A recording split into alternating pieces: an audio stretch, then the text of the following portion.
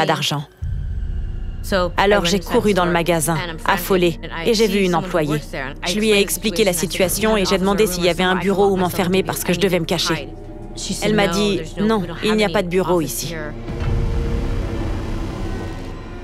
J'ai dit qu'il était dehors avec mon chien en train de le promener. J'ai demandé s'ils avaient une porte de service et elle m'a répondu qu'ils en avaient une. Alors je me suis enfuie par la porte de derrière. J'ai couru dans une résidence sans me retourner. J'ai foncé tout droit. Je ne savais pas s'il allait me retrouver et ce qui pourrait se passer. Et il y avait un type dans sa voiture. Il m'a demandé si ça allait et si je voulais qu'il m'emmène à l'hôpital. J'ai dit « Oui, emmenez-moi à l'hôpital ». Police métropolitaine. Bonjour, ici Marie des urgences de Mountain View. Je voudrais signaler une agression et un genre de kidnapping. Elle ne veut pas me dire le nom de son agresseur, mais elle a dit qu'il l'avait kidnappée, enfermée chez elle et attachée. Apparemment, il a son chien, son portable, sa voiture et ses clés, ce genre de choses. D'accord. Quand je suis arrivée à l'hôpital, on m'a soigné 7 côtes cassées, 2 yeux au beurre noir. J'avais le corps couvert de bleu, couvert de lacérations, les oreilles en chou-fleur et les 2 yeux abîmés. L'infirmière est entrée dans ma chambre et m'a dit qu'elle avait prévenu la police.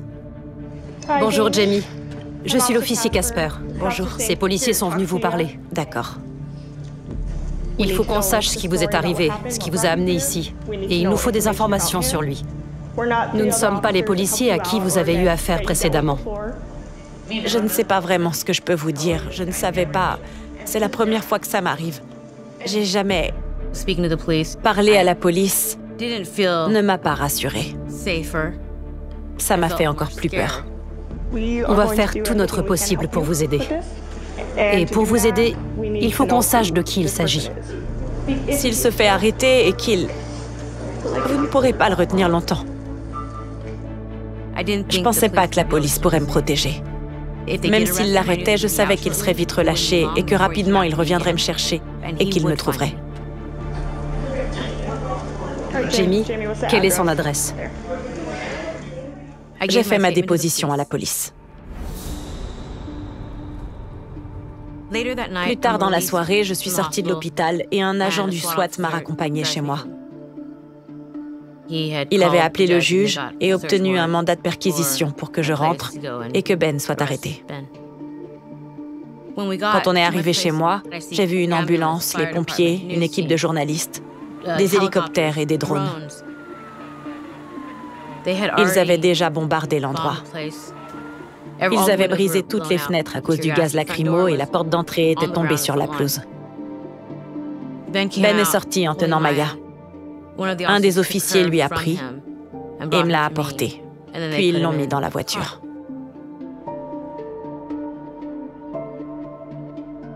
Un jour, j'étais tranquillement assise sur mon canapé. Je me détendais en regardant la télévision quand j'ai vu le visage de Ben placardé dans les journaux. Il est accusé d'avoir séquestré sa petite amie, de l'avoir battue, brûlée avec de la soude, de lui avoir rasé la tête et de l'avoir ligotée. Il avait fait des choses particulièrement affreuses à la fille qu'il avait fréquentée après moi.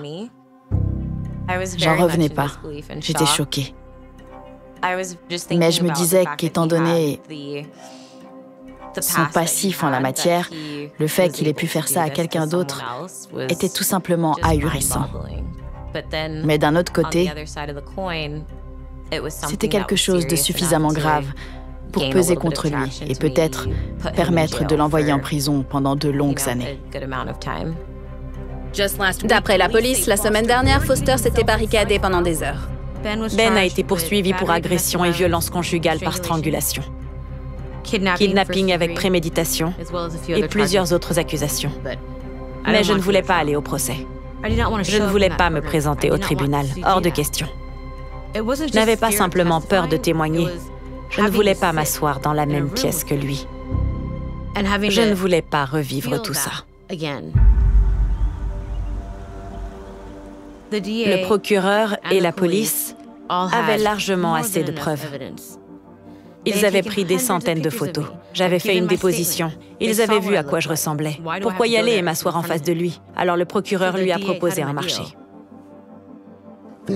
Au bout du compte, si le témoin ne se présente pas volontairement ou que la victime ne veut pas venir au procès et cette victime ne voulait pas venir, on doit faire le nécessaire pour garantir une condamnation.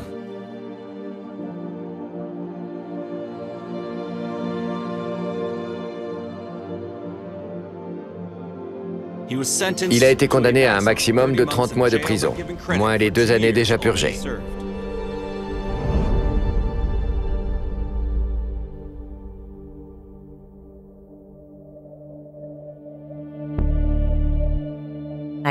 J'ai appris qu'il était sorti de prison et qu'il avait purgé sa peine. J'étais toujours sur mes gardes, attentive et très vigilante, sachant que Ben était de nouveau en liberté. On voyait qu'il commençait à développer un schéma récurrent. D'après ce qu'il montrait, il devenait de plus en plus dangereux. Il allait forcément s'attaquer à quelqu'un d'autre.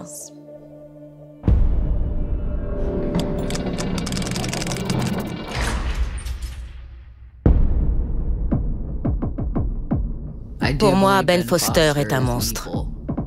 Je ne sais pas comment il a réussi à se retrouver dans l'Oregon pour agresser mon ami de cette façon.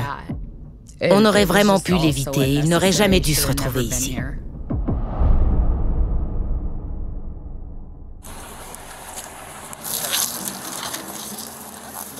Une ambulance s'apprête à l'emmener à l'hôpital. Il parle même de l'intuber. Elle est gravement blessée au visage. Oh mon Dieu, mais dans quoi j'ai débarqué? Je m'y attendais pas. Mon Dieu. J'ai parlé à la police et aux inspecteurs, puis avec ma cousine, et on est allé directement à l'hôpital. Justine était plongée dans un genre de coma et... elle était tellement mal en point, il l'avait tabassée. Il ne pensait pas qu'elle allait s'en sortir. Justine est une amie très chère à mon cœur. Elle a une personnalité hors norme. Elle est magnifique et en ville, c'est la barmaid préférée de tout le monde. Elle est tout simplement la personne la plus talentueuse que je connaisse. Tout ce que je voulais, c'était qu'elle se réveille. C'était vraiment tout ce que je voulais. Une chasse à l'homme est en cours dans le sud de l'Oregon. Si vous voyez un autostoppeur, appelez la police et ne le prenez pas. Ça a vraiment secoué notre petite ville. Tout le monde en était malade. On était dévastés qu'il ait fait du mal à Justine. On voulait absolument qu'il soit arrêté. Benjamin Obadiah Foster, 36 ans, est en cavale après le kidnapping et la tentative de meurtre d'une femme. Les autorités mettent en garde contre son extrême dangerosité. Ben Foster avait été identifié et s'était enfui de la scène avant l'arrivée des agents de police. C'est bon. Vous voulez bien sortir? Qui êtes-vous? Vous êtes Ben? On dirait que c'est lui. Il fallait qu'on attrape le suspect pour qu'il ne puisse plus faire de nouvelles victimes. Je vais vérifier votre identité. Si vous n'êtes pas le gars qu'on recherche, vous pourrez repartir. C'est pas lui.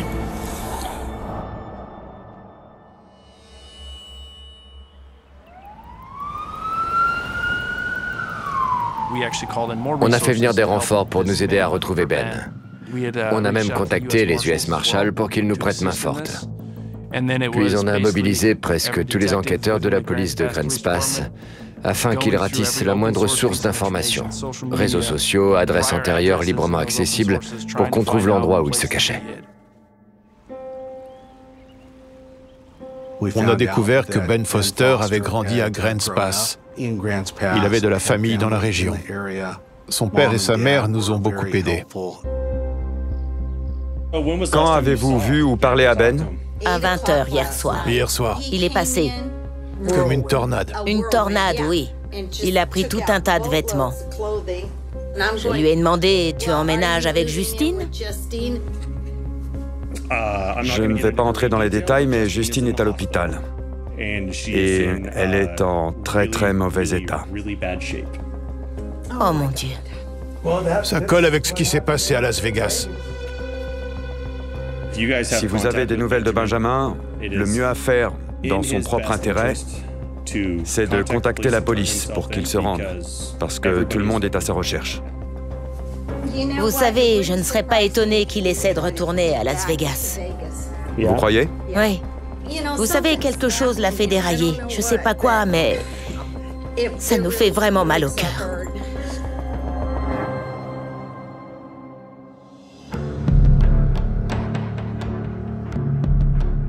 Le jeudi 26 janvier, on a appris par la brigade des stupéfiants que Ben Foster se trouvait dans la région de Sunny Valley. Sunny Valley est une zone rurale avec de nombreuses fermes et beaucoup de ranchs. C'est également une zone très boisée. On a installé une surveillance à Sunny Valley et Ben Foster a été repéré à l'extérieur d'une résidence. On va se mettre à couvert. On a appris que la maison appartenait à une certaine Tina Jones. Alors on a prédéployé des équipes de repérage pour observer la maison avec des jumelles. On descend. Et essayer de voir quelque chose. Malheureusement, les chiens de Tina ont signalé la présence des officiers dans la forêt. Ben Foster est sorti de la résidence et on voyait qu'il était préoccupé par l'aboiement des chiens. Ben a commencé à faire de la contre-surveillance. Il a grimpé sur le toit de la maison de Tina avec une paire de jumelles. Un de nos gars a repéré un type rasé sur la remorque. Puis il est descendu et il a commencé à arpenter le terrain. Il a fini par repérer un des officiers caché dans les buissons. Et il est parti en courant. Il est passé par là. Là-haut? Oui, à travers, par là. Directement sur ta gauche. Suis les traces par là. Il porte un jean bleu et une veste militaire. Quelques officiers de chaque unité sur place se sont lancés à sa poursuite. Et ils l'ont vu descendre le long d'un talus.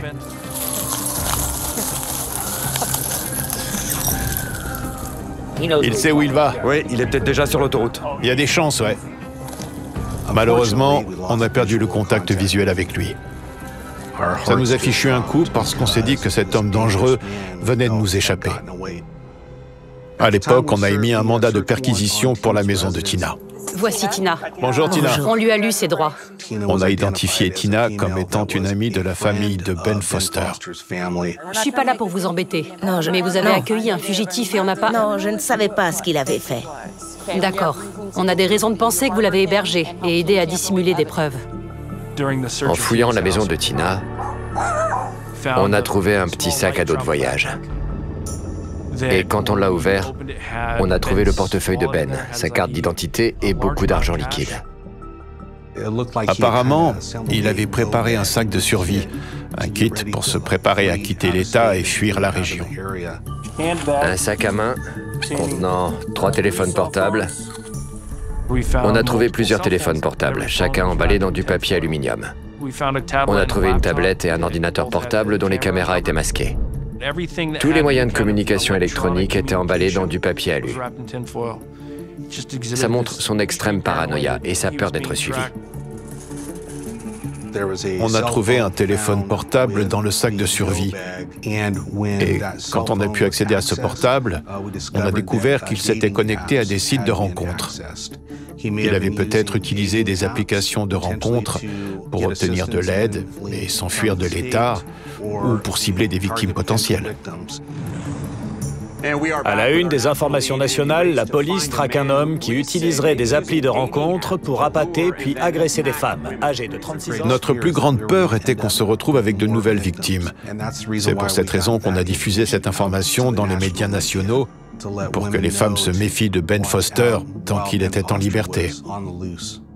Un homme est recherché suite à un violent kidnapping et la police prévient qu'il pourrait être en ligne à la recherche de sa prochaine victime.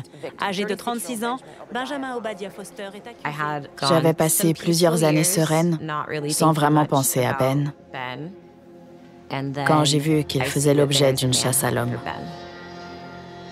J'ai entendu l'expression « chasse à l'homme » et une petite voix dans ma tête s'est demandé s'il pourrait revenir ici. Je suis restée scotchée devant la télévision. J'espérais que Ben ne revienne pas à Las Vegas.